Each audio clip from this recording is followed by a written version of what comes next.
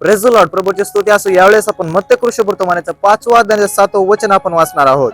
जे दयाळू ते धन्य, कारण त्यांच्यावर दया करण्यास येईल. दयाळूपणाचा स्वभाव किती महत्वाचा या ठिकाणी पवित्र शास्त्र सांगत आहे. कारण दयाळूपणाचा स्वभाव ज्यावेळेस तुमचा आणि माझा असणार आहे, त्याच्यावर आपल्यावर दया होणार आहे. जिवंत परमेश्वराची दया तुमच्या आणि माझ्यावर होणार आहे.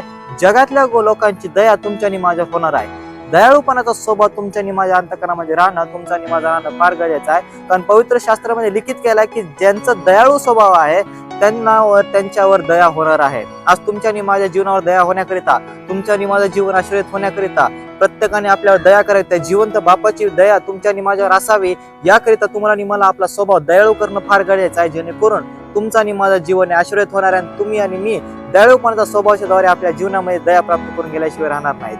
प्रार्थना करूया.